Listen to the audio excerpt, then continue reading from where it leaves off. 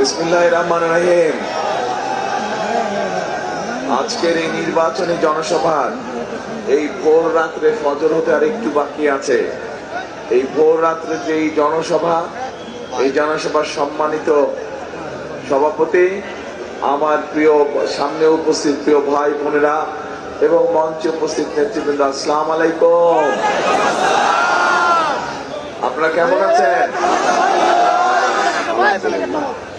এই যে আপনাদের এখানে আসার কথা ছিল আমার কখন 8টার সময় আসার কথা ছিল, মানে গতকাল 8টার সময়, সন্ধ্যা 8টায় ফজরের ওয়াক্তে এসে পৌঁছেছি।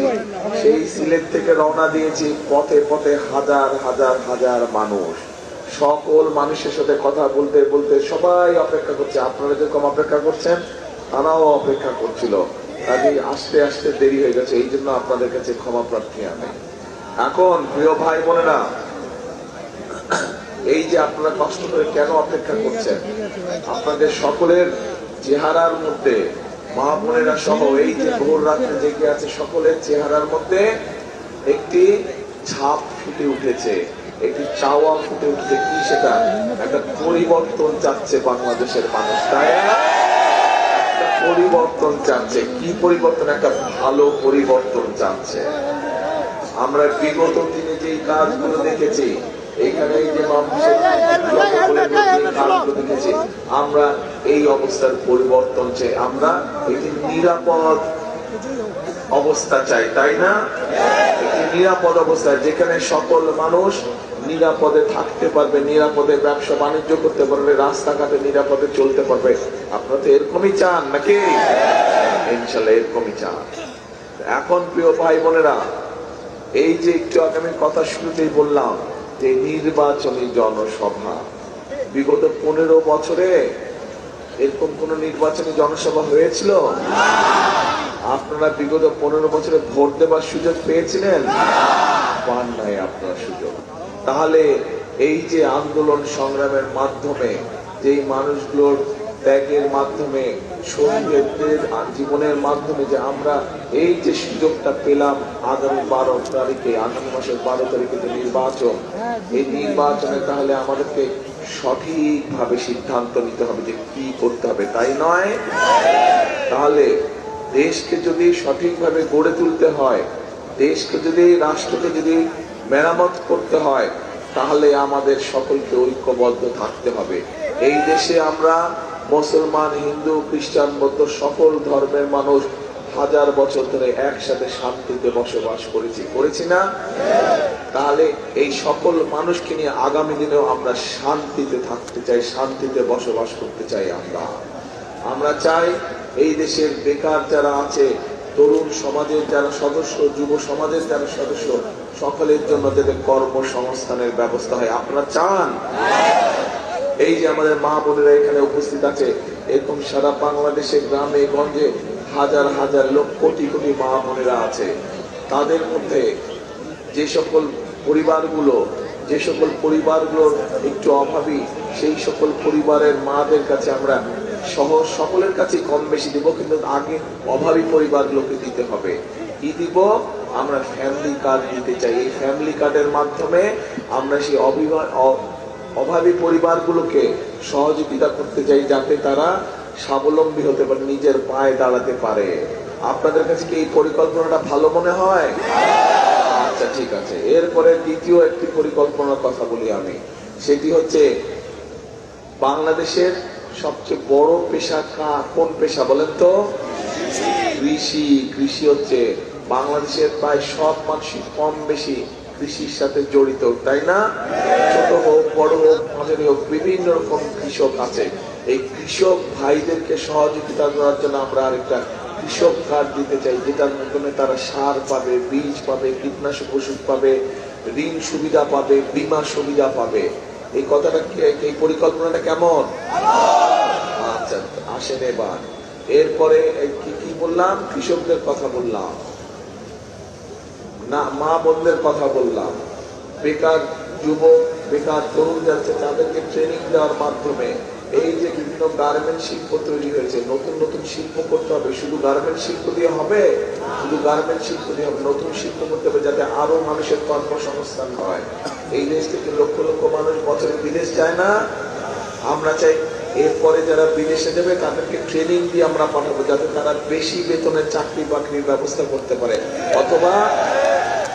অথবা নিজেদের দেশে যাতে তারা নিজেদের ব্যবসা খুলতে পারে, সেজন্য ট্রেনিং দিতে চাই। আমরা বিভিন্ন ব্যাপারে ট্রেনিং দিতে চাই যাতে মানুষ দক্ষ হিসাবে নিজেকে গড়ে তুলতে পারে। এই কথাটা কি পরিকল্পনা ভালো লেগেছে?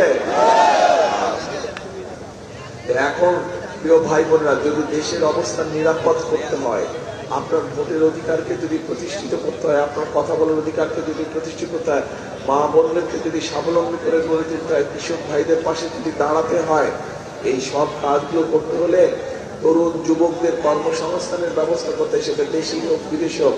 এই কাজগুলো যদি করতে হয় তাহলে করা যাবে বাস্তবায়ন, কিন্তু তার আগে একটা কাজ করতে হবে। এই কাজগুলো আমরা করবো ইনশাল্লাহ। বিএনপি জয়যুক্ত হলে বিএনপি কাজগুলো করবে, কিন্তু আপনাদেরকে তো একটা কাজ করতে হবে তার আগে। কি কাজ বলেন তো? হ্যাঁ, শুনি না? ভোট দিতে হবে। কোথায় দিতে হবে? ভোট দিতে হবে। যদি ধানের শীষে ভোট দেন তাহলেই এই কাজগুলো করতে পারবো আমরা। খাল খনন করতে পারবো আমরা। খাল খনন কর্মসূচি জানেন আপনারা? কি খাল খনন কর্মসূচি জানেন? মুরব্বীরা জানেন, মুরব্বী এখানে যারা মুরব্বী আছে তারা জানেন। শহীদের সময় খাল খনন কর্মসূচি করা হয়েছিল। এখন অনেক জায়গায় দেখবেন একটু বর্ষার কাছে পানি দিয়ে পানি জলাবদ্ধতা হয়ে যায় না? তার উপরে আবার কৃষকরা সেচ সুবিধা পায় না, অনেক সময় হয়ে যায় না? আমরা খাল খনন কর্মসূচিও চালু করতে চাই। এখন আমি যদি জিজ্ঞেস করি আপনাদেরকে, যদি খাল খনন কর্মসূচি আমরা গ্রহণ করি তাহলে কি আপনারা মনে করেন কৃষকদের উপকার হবে? হবে? তাহলে কি সেটাও করবো আমরা? ঠিক আছে, করলাম তো, কিন্তু আপনারা কি করলেন?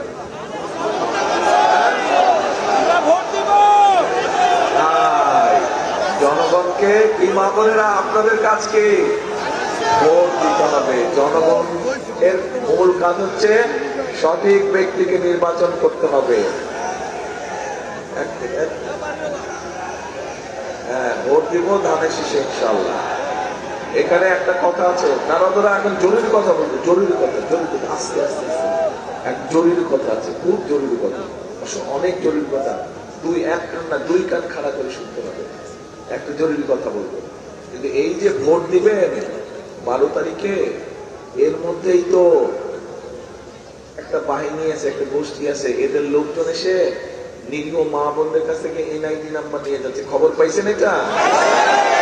তারপরে আবার ফোন নাম্বার নিয়ে যাচ্ছে, কি বিকাশ নাম্বার নাকি এগুলা নিয়ে যাচ্ছে। খবর পাইছেন? আচ্ছা, তারপরে আবার আমাদের যে প্রবাসী ভাইরা আছে তাদের জন্য যে ব্যালট পেপার পাঠিয়েছে সেগুলো আবার তারা দখল করে নিছে। খবর পাইছেন? তাহলে এদের সাথে ওই গত 15 বছর যে নিশিরাতের নির্বাচন আর ভোট ডাকাতির নির্বাচন, তার পার্থক্য হলো কি এদের সাথে আর ওদের?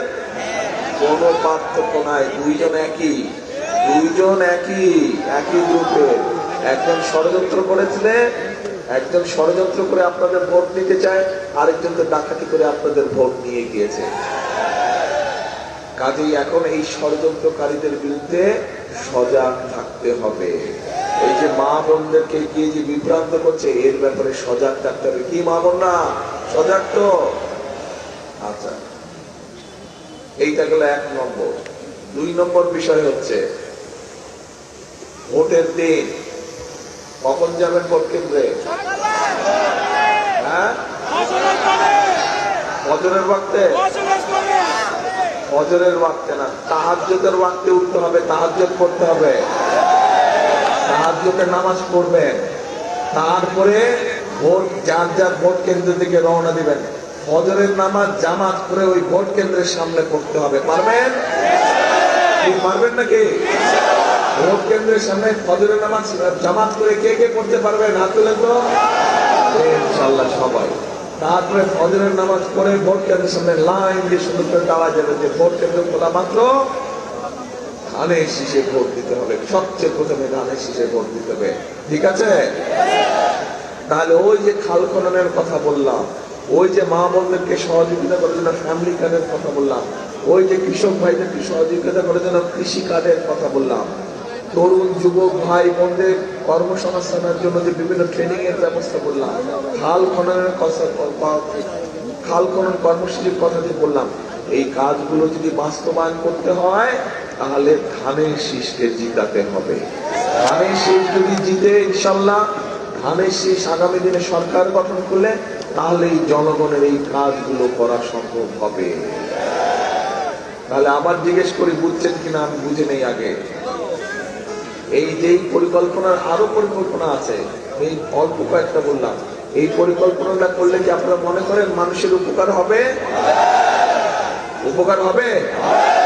তাহলে আসেন একটা স্লোগান দেই, করব কাজ করব দেশ, সবার আগে দেশ। কি করব কাজ করব দেশ, সবার আগে বাংলাদেশ। এই শেষ কথা, ইনশাল্লাহ 12 তারিখ দেখা হবে, ধানের শীষকে জয়যুক্ত করাবে। আল্লাহ হাফেজ, বাংলাদেশ জিন্দাবাদ।